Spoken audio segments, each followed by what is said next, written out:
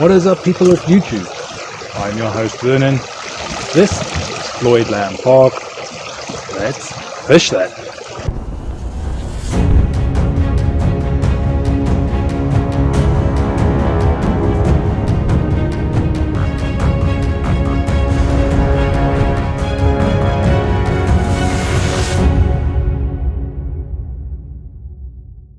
Alright guys, I've been bringing you quite a lot of trout videos lately, and that is because I love catching trout. I'm a South African. This is something that's rather exciting to me. We used to have to drive thousands of miles to get to places where we can catch trout, or you have to pay a large amount of money to go to places to catch trout. So going to your local pond to catch some trout is something that's exciting to me, and that's why I like doing trout videos. But I want to try and keep things different, not just wanting to show you, look, I caught a fish. I want to try out some different baits. One bait I've been wanting to test for quite a while. It's one that I've seen on YouTube on some other channels. It's honey worms. I've seen other YouTubers catch some bluegill and some trout using honey worms. I was looking for some of these, but if you don't buy them online here in Las Vegas, it's pretty difficult to find these types of lures. So of course I made my way to the Bass Pro Shop to see if they have a selection of anything that I can use. So sadly they did not have the particular baits I was looking for, so I did find something different. I have with me here two little gulp containers, one being waxies. It's little maggots and some oils and stuff. They say these work pretty good for catching bluegills and trout. I want to test that out. And the other one is angel worms, little worm things. I want to try them as well for some trout. Of course, there's no guarantee that I will be able to catch trout on these two little lures, so I'm going to test out a lot of different things as well. I've got some new power baits, a nymph flavor one that I'm testing out there to see if we can catch any trout on that. And of course I'm going to throw out some spinners and stuff to see if we can get our daily limit. Yes, these are stock trout and we want to take them home, so I'm not going to release too much of them today. And of course I'm saying we because it's again me and my wife out here. Right, so let's get to fishing.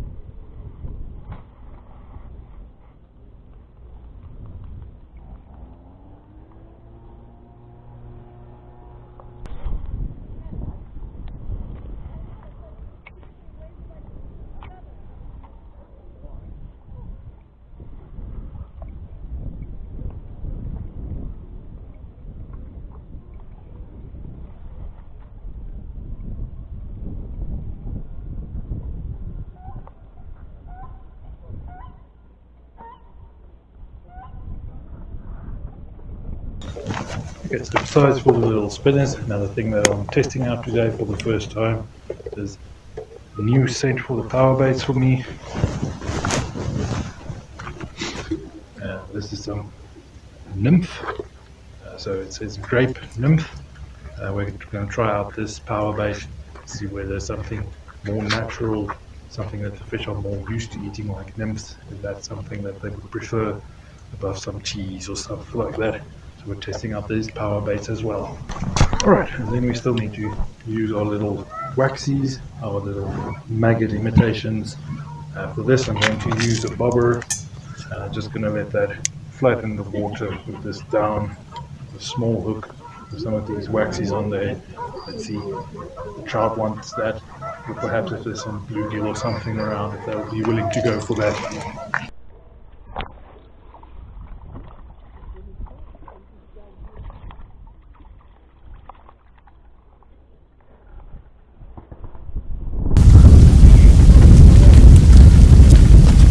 There we are guys, first fish for the day.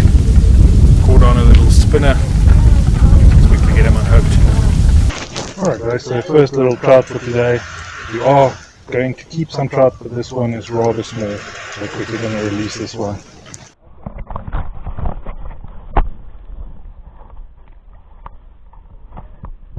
And off he goes. The water is very cold, fish are very slow and lethargic. You can still see him swimming around.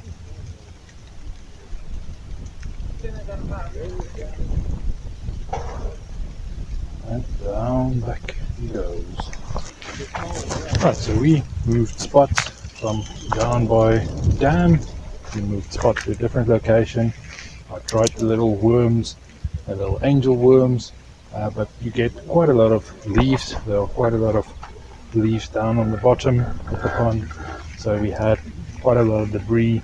The little worms aren't working that well, but people have been catching some fish around here using some golden cast masters. For that reason, I went over to some of my little spinners. Also tried some cast masters, but haven't had any luck on those. So swapped over to little spinnerbait, little rooster tail, and that's what I caught that fish on. But we are still out here for a while, so let's try some different baits as well. Yeah.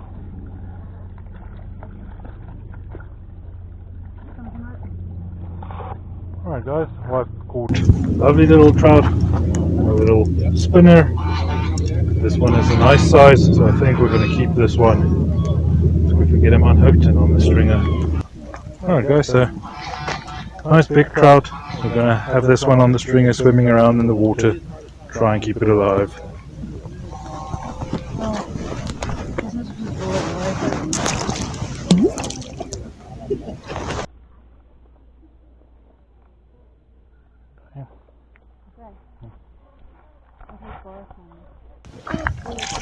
Alright guys, another small little trout, another one for today, and off it goes.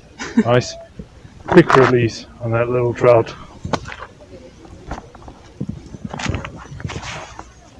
That one was small, so we would have let that one go in any case. Not going to keep small ones, but that one came loose and off it went. Alright guys, we spent quite a long time out there. It eventually got dark and I forgot to do a little outro, but that gives me the time to quickly explain a few things. First off, I want to start by saying that just because I want to catch some fish on these two specific baits doesn't guarantee that I would. However, I do believe the little angel worms, they can work for trout. There's not a big difference between using a little rat tail or a trout worm versus using the angel worms, so I do think they would work. Only problem is we had some difficulties finding the actual fish. You could actually see one guy catching a fish and then 20 minutes later the next guy, and so on and so on. So that kind of gave you the idea that the fish are swimming around, moving a lot. So it was quite difficult. You can make 100 casts out there, but if the fish aren't where you are currently fishing, they're not going to go for the baits or the lures. Likewise, the cormorants were very active chasing the fish around, and it seems that during the times when the cormorants are chasing these fish around, stuff like power baits just don't seem to want to work. We had power baits work in the morning and late in the afternoon, but while the cormorants are swimming around, these fish are so stressed, they're not looking for baits. It's a better idea to then go for something like the spinners or the little trout magnets, something that can get a reaction bite out of the fish rather than trying to feed them some kind of bait. The ideal would be to not be stationed in one exact fishing spot. If you can actually move around, try and find the trout, and then move with the school as they're swimming around, you're going to have a lot better catches. Whereas if you're sitting in one spot, you have to wait for the fish to come back around to your baits. Other than that, I would like to thank everyone that came over to say hello. I had quite a few people recognize me out there. Lots of guys coming around to say hello and have a chat. I want to thank you guys for giving such encouraging words and stuff. This entire experience is still new to me, having people recognize me, wanting to talk. So I'm still learning on that, guys, but I want to thank you for doing that. It does help me a lot. along with wanting to say a big thank you to you guys for all the support I get out there. I also would like to mention that I know the festive season is upon us. This is a time on YouTube when the videos don't do that well, don't get that many views, and I do quite understand it. I mean, we're all spending time with our families and loved ones, and I do wish that you have a pretty good festive season out there. But for the guys who still want to watch some of my videos, I am still going to be uploading videos in the next coming weeks during the festive season. Alright guys, but that's going to be the end of this video. I want to thank you for watching. If you enjoyed the video, give me a little thumbs up. Do remember to comment down below. Feel free to ask any questions down below or just have a chat with me down there. And by now you should know the drill. It's comment, like and subscribe. Thank you for watching, and I'll see you next time.